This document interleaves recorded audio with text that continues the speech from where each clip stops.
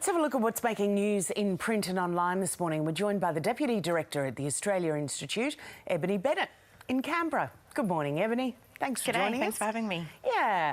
Hey, Mads and I, having both been reporters in the UK over the years, have been utterly fascinated by this story, and we're kicking off with the front page of the West Australian. Who would have had time to get it on the front page? That's right.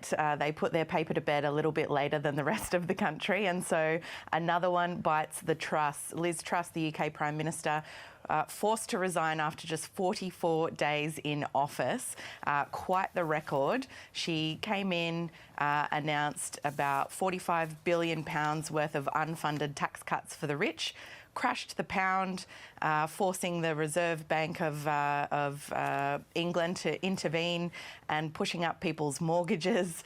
She's lost her Chancellor of the Exchequer. She's had to dump all of her tax cuts, missed one of her own crucial votes on a piece of legislation, and had a couple of ministers, I think, resign and then unresign, which I didn't know was a real thing, and now obviously has been forced to resign. So the UK will have a new Prime Minister very shortly.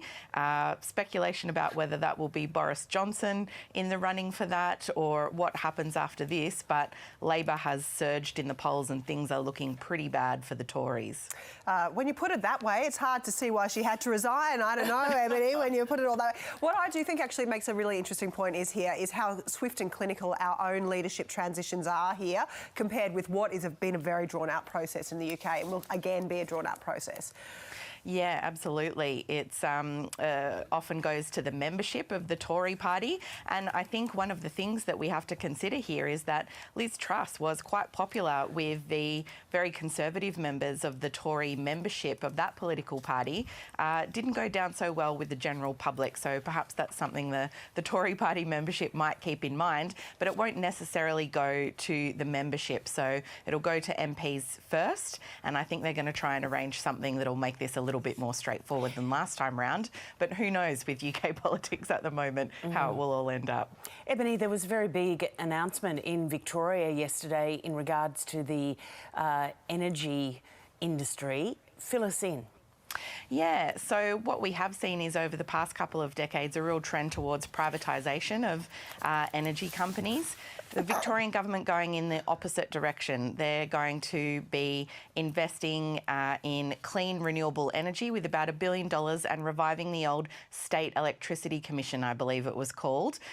So big government investment in the transition to renewables. And of course, Victoria has several coal-fired power stations, which are really part of the old, ageing, expensive and unreliable coal-fired power station fleet that Australia is coping with at the moment.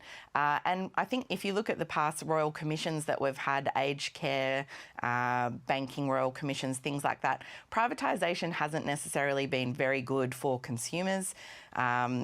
Electricity bills are filled with a big chunk of change that just goes to marketing, not repair and maintenance or poles and wires, those kinds of things. So I think a really interesting move from the Victorian government here, and we have really seen states have to step up after pretty much a decade of ineffective climate or energy policy from the previous federal government. So, yeah, very interesting. It was certainly very and big interesting news in Victoria. Ebony, talking about governments and federal governments, so the federal government is, standing by, no changes to stage 3 tax cuts at this stage?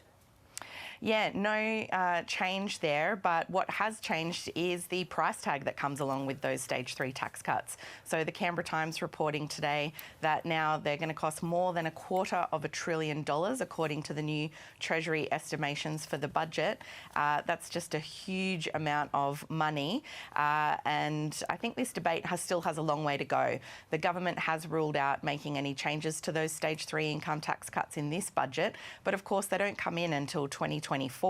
That's a long time for people to be looking at this $250 billion and thinking, is there a better way that we could spend it? Well, and when, Ebony, you're looking at the price of fruit and vegetables as well, and that's our last subject, people are really going to feel it. Yeah, absolutely. So this headline is basically showing that the floods across the East Coast and increased rainfall with our third summer of La Nina is pushing up the cost of fruit and vegetables by 8%.